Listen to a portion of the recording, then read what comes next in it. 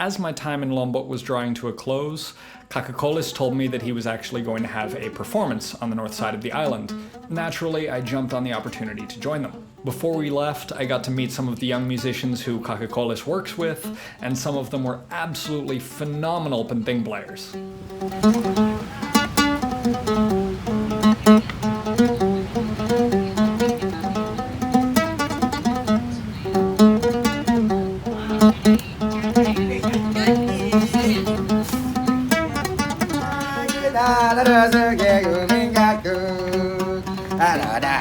Celilang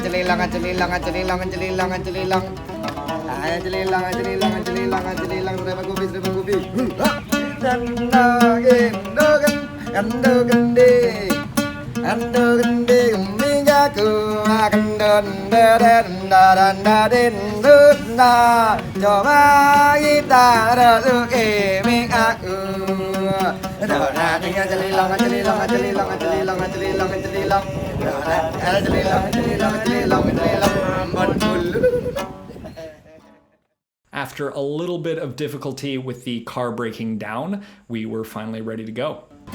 Kita mau di jalan ke Lombok Utara untuk pentas, tapi satu mobil macet, nggak bisa ngapa-ngapain. Tadi malah dorong, kayaknya semuanya mau keluar. Mungkin kita masuk aja satu mobil.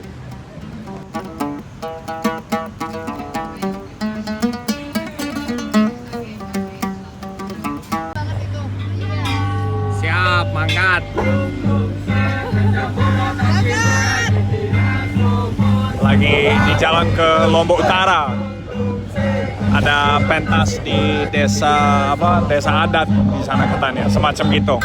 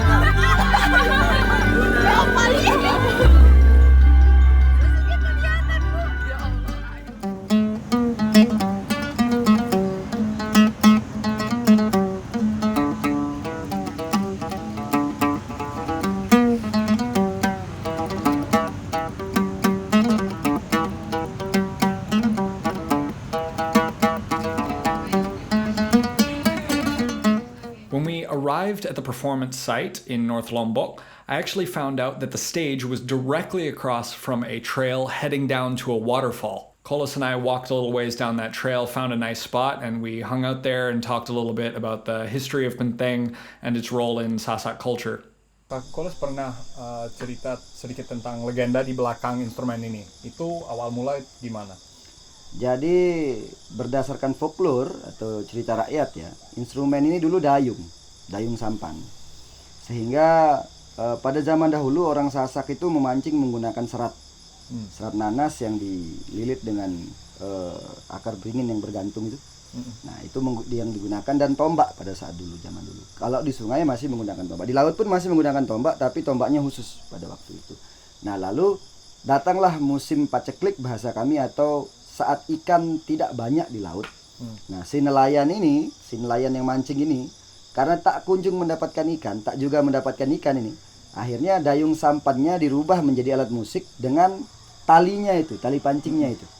Nah awal mulanya kan bahasa Sasaknya itu kan pentang itu membentangkan tali, mengulur maksudnya. Nah dia membentang tali itu, pentang bahasa Sasak.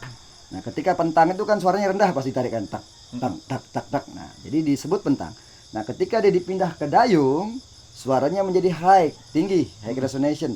Nah bahasa Sasak untuk suara-suara atau bunyi-bunyi yang tinggi itu ngerenting. Misalkan suara besi, suara gelas, dan semua yang tinggi ya, ngerenting. Sehingga kata pentang yang awalnya benang dibentangkan diganti menjadi penting. Oh gitu. Nah, jadi dayung sampan yang ditaruhkan tali pancing itu pada zaman dahulu itulah penting yang pertama. Nah, pertama kali berawal dari musik maritim, musik para nelayan gitu. Seperti itu. Mungkin aku juga mau tanya tentang instrumennya sendiri, alatnya sendiri. Jadi bagiannya apa aja, terus Oke. ini apa konstruksinya kayak gimana? Oke, kalau yang ini, nah, basically ini namanya otak. Mm-mm. Nah, yang ini kentok, kentok untuk menyetem. Kalau bahasa Sasaknya mautin, Mautin. mautin atau paudin. Paudin. Biasanya karena bahasa Sasak untuk stem yang pas itu paut. Hmm. Berarti satu stem dia. Paut sudah paut, berarti satu stem. Laras maksud dalam bahasa Jawa. Iya. Nah, ketika ini disebut kentok untuk mautin ini, nah ini pengandak nih. Hmm. Penahan ini pengandak. Ini belong. Nah, ini awaknya nih. Mm-mm. Atau ada sebagian yang bilang juga tian sama. Sebenarnya awak tian sama. Nah, ini pengandak bawah. Pengandak bawah, pengandak atas, ini disebut elong. Yang sedikit ini. Mm-mm. Nah, tempat menaruh lengan. Mm-mm. Itu elong. Itu untuk organologinya. Oh, iya. Nah, ininya bungkak. Mm-mm. Untuk box belakang tuh bungkak. Gitu. Terus sebetulnya bedanya di antara istilah gambus dan penteng itu gimana? Sebetulnya sama saja. Gambus Sasak atau penting Sasak itu sama. Hanya saja gambus ini istilah yang mulai populer semenjak masuknya orkes-orkes Melayu itu. Oh gitu. Tahun-tahun Dari pengaruh 90 ya, orkes Melayu kan berkembang pada saat itu dan Lombok mengkonsumsi itu. Jadi ada tipikalisasi instrumen. Mm-mm. Nah, seperti bansuri, flute, terus whistle, tin whistle mungkin di alat-alat Eropa, lalu recorder, semua orang Sasak bilang suling. Mm-mm. Sama, semuanya dia sebut suling karena ditiup dan bentuknya sama seperti suling, padahal namanya berbeda-beda. Sama dengan penting ini. Karena dulu orkes Melayu itu identik dengan gambus, alot yang disebut gambus itu. Orang Sasak karena setipe juga ikutlah dia bilang gambus. Oh iya. Nah, jadi mulai semenjak itu dia bilang gambus. Dan juga memang awal mula penting itu dawainya satu, tidak double-double seperti ini. Mm-mm. Nah, ini pengaruh Timur Tengah ada di sini sedikit untuk mendobelkan. Oh iya. Tapi basically yang ketika single string waktu dia masih terbukti di teman-teman Embojo, itu masih menggunakan dawai satu. Oh iya. Nah, perbedaannya pun kita dengan misalkan instrumen serupa yang ada di Kalimantan ataupun di Sumatera tidak menggunakan membran, tidak pernah sama sekali menggunakan membran. Kalau di Kalimantan dia pakai membran reptil, di Sumatera pakai membran lembu, hewan ternak, di sini tidak menggunakan membran, langsung kayu. Langsung kayu Karena semua ya dia berhubungan dengan folklore itu. Karena dia lahir di laut, tidak mungkin ada kulitnya. Mm-mm. Kalau dia ada kulit, rusak dia dengan air pantai. Mm-mm. Gitu. Jadi memang kita tidak pernah mengenal budaya kulit dalam penting ini. Nah, yang dulu awalnya satu senar, sekarang jadi dua senar. Oh gitu.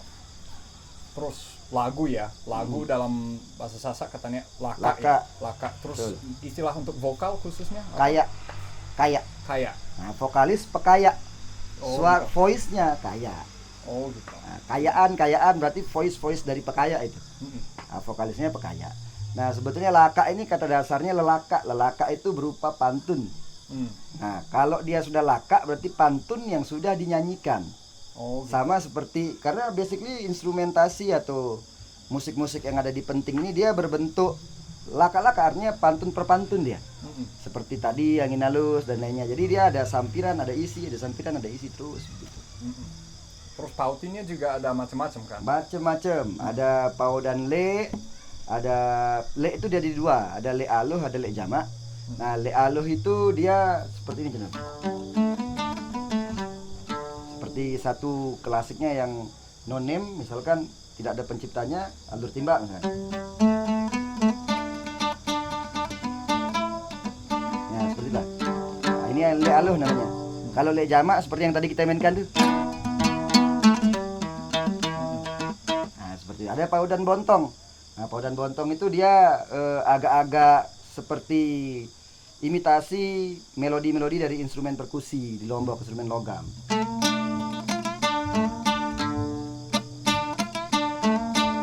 Nah, itu yang klasik, disebut pau dan bontong. Tetapi seiring pengembangan juga ada yang diatonik. Nah, kayak misalkan yang populer-populer.